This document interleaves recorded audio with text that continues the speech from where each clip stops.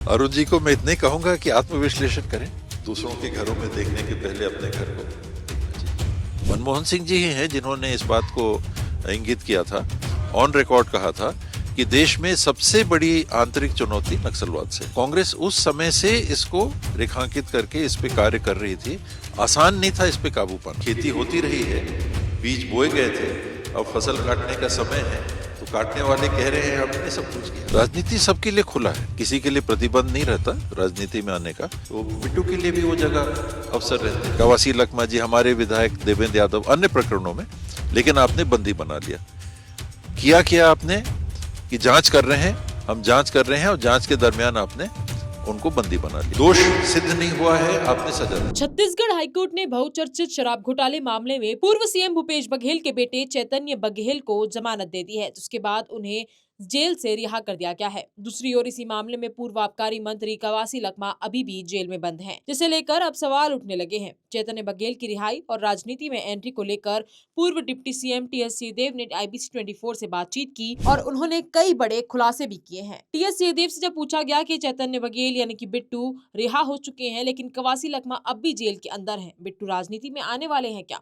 तो इस सवाल का जवाब देते हुए टीएस सिंहदेव ने एक बड़ा खुलासा किया है। इसके साथ ही उन्होंने इस बात का भी जिक्र किया है कि क्या जनता उन्हें स्वीकार करेगी या नहीं करेगी। चैतन्य बघेल की राजनीति में एंट्री के साथ साथ उन्होंने नक्सल मुक्त बस्तर अभियान पर भी बातचीत की है। उन्होंने कहा कि नक्सलियों के खिलाफ काम हो रहा है और अगर ऐसा है तो बहुत अच्छा है, क्योंकि नक्सलवाद नासूर है। जहाँ तक विचारधारा का सवाल है, तो जिन्होंने अब तक समर्पण किया है, उन्होंने कहा है कि वो अपनी विचारधारा को नहीं छोड़ेंगे। इतना ही नहीं, टीएस सिंहदेव ने अरुण साव पर भी करारा तंज कसा है। उन्होंने अरुण साव को कह दिया है कि पहले अपना घर झांक ले, उसके बाद दूसरों के घरों में देखना शुरू करें। आप भी देखिए टीएस सिंहदेव का ये पूरा बयान। अरुण जी को मैं इतने कहूंगा कि आत्मविश्लेषण करें, पहले आत्मविश्लेषण करें, दूसरों के घरों में देखने के पहले अपने घर को देखना चाहिए। एक बार फिर से अमित शाह यहाँ पर आ रहे हैं और उन्होंने भाजपा की डबल इंजन सरकार ने दावा किया है कि मार्च 2026 तक नक्सलवाद खत्म हो जाएगा, सशस्त्र नक्सलवाद तो खत्म हो जाएगा। क्या लग रहा है, जो परिस्थितियां छत्तीसगढ़ की है, यदा कदा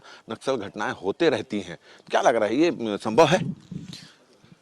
संभावनाएं हैं, अभी काम हो रहा है और होगा तो बहुत अच्छा है, बहुत अच्छा है कि ये हो जाए। एक ये नासूर है और ये जितनी जल्दी भारत के शरीर से पृथक हो जाए, हटा दिया जाए, उतना अच्छा है। जहाँ तक नक्सल विचारधारा है, इस प्रक्रिया में ही जितने लोगों ने आत्मसमर्पण किया है, उनने स्वयं इस बात को सार्वजनिक तौर पे सरकार के प्रतिनिधियों के सामने कहा है कि हम अपनी विचारधारा को नहीं छोड़ रहे। अर्थात नक्सलवाद जीवित है और उस आधार पे, अपनी विचारधारा के आधार पे हम लोगों के बीच में काम करते रहेंगे। हम हथियार डाल रहे हैं, तो हिंसा का समर्पण हो रहा है, वो अच्छी बात है, बहुत अच्छी बात है। और ये नक्सल विचारधारा जो है, ये भविष्य में कभी हिंसक ना हो, ये हम सबको सुनिश्चित करना होगा। जब भी नक्सलवाद खत्म होने का दावा होता है, एक बात ये भी होती है कि कांग्रेस ने नक्सलवाद को संरक्षण दिया था, कांग्रेस के 5 साल के कार्यकाल में नक्सलवाद बढ़ा था, ये बोलते हैं। जबकि आप लोगों का कहना है कि आप लोगों ने जो ग्राउंड बनाया था, उसके कारण इस स्थिति तक पहुंचा है। नक्सलवाद की समस्या से निदान पाने के लिए देश में राज्य और केंद्र की सरकारों ने साथ में काम किया है। और छत्तीसगढ़ के गठन के बाद में जो परिस्थितियां रही हैं, उसमें लगभग निरंतर अभी तक, ये पिछले 2 साल को छोड़ दें तो कांग्रेस और भाजपा दोनों या तो राज्य में रहे हैं या केंद्र में रहे हैं। जोगी जी जब मुख्यमंत्री थे तो कांग्रेस की सरकार थी, वहां एनडीए की सरकार थी। जब रमन सिंह जी मुख्यमंत्री बने तो 10 साल तक यहां भारतीय जनता पार्टी की सरकार थी, दिल्ली में यूपीए की सरकार थी। और उसके बाद में कांग्रेस की सरकार आती है तो एनडीए की सरकार केंद्र में बनती है। तो लगातार जो कार्य होता रहा है, बटालियनों की स्थापना, उनकी तैनाती, एक कैंप का रिंग बनाना, ये हर सरकार करती चली गई है। और हमको तो सिलगेर को ही याद करना है। कांग्रेस के समय कितना बड़ा आंदोलन, कितना बड़ा प्रदर्शन हुआ था, लोगों की जान भी गई थी कि कैंप नहीं खोलना चाहिए। अगर कांग्रेस की इच्छा शक्ति नहीं होती तो ये कैंप खोलने का सिलसिला जारी रहता क्या? कभी नहीं रहता। ये निरंतर चलता रहा है, राज्य और केंद्र की सरकारों के साझा पहल से, चाहे सरकारें किसी की भी रही हो। मनमोहन सिंह जी ही हैं जिन्होंने इस बात को इंगित किया था, ऑन रिकॉर्ड कहा था कि देश में सबसे बड़ी आंतरिक चुनौती नक्सलवाद से है। तो कांग्रेस उस समय से इसको रेखांकित करके इस पे कार्य कर रही थी। आसान नहीं था इस पे काबू पाना। तो खेती होती रही है, बीज बोए गए थे, अब फसल काटने का समय है, तो काटने वाले कह रहे हैं हमने सब कुछ किया। चलिए, आखिरी सवाल ये है कि बिट्टू जो है, चैतन्य बघेल, वो रिहा हो चुके हैं, मगर आपके एक बहुत वरिष्ठ नेता जो विधायक भी हैं, वो अभी भी उसी आरोप में अंदर, मतलब अभी भी जेल के अंदर हैं। ये क्या कहना है? और दूसरा, क्या लग रहा है कि बिट्टू जो है राजनीति में आना चाहिए, बिट्टू को ऐसी स्थिति में? राजनीति सबके लिए खुला है, किसी के लिए प्रतिबंध नहीं रहता राजनीति में आने का। आपको मौके मिल सकते हैं कि आप किसी परिवार से जुड़े हुए हो, किसी व्यक्ति से जुड़े हुए हो, उनके पुत्र हो, पुत्री हो, रिश्ते में हो, आपको मौका मिल सकता है। बाकी आपको जगह लोगों के बीच में अपनी स्वीकारोक्ता के आधार पे बनानी होती है। तो सबके लिए जगह खुली है। तो बिट्टू के लिए भी वो जगह, अवसर रहते हैं। अभी तक लगता नहीं था कि वो बहुत सक्रिय होना चाहते हैं, लेकिन अब बातें आ रही हैं। पहले वो भूपेश जी का काम देखते थे, कॉन्स्टिट्यूंसी में पूरा देखते थे, बाकी प्रबंधन करते थे, बिजनेस में ज्यादा रुचि ले रहे थे। स्वीकार करेगी क्या जनता? ये तो समय बताता है। लखमा जी अभी भी अंदर हैं। जी, लखमा जी और ऐसे बहुत लोग जिनके संदर्भ में कानून के प्रावधानों का दुरुपयोग करके, आपका इनकम टैक्स का भी मामला है तो वो भी पीएमएलए के अंदर आ जा रहा है, आपका कोई दूसरा मामला है उसको भी पीएमएलए के अंदर ले लिया जा रहा है। क्यों? क्योंकि पीएमएलए में ये प्रावधान ड्रग ट्रैफिकिंग, राष्ट्रीय अंतर्राष्ट्रीय स्तर के ड्रग ट्रैफिकिंग को नियंत्रित करने के लिए जो कानून बनाया गया था, उसको आप हर छोटे बड़े आर्थिक अपराध से आप जोड़ दे रहे हो। ये कानून किसके लिए बना था?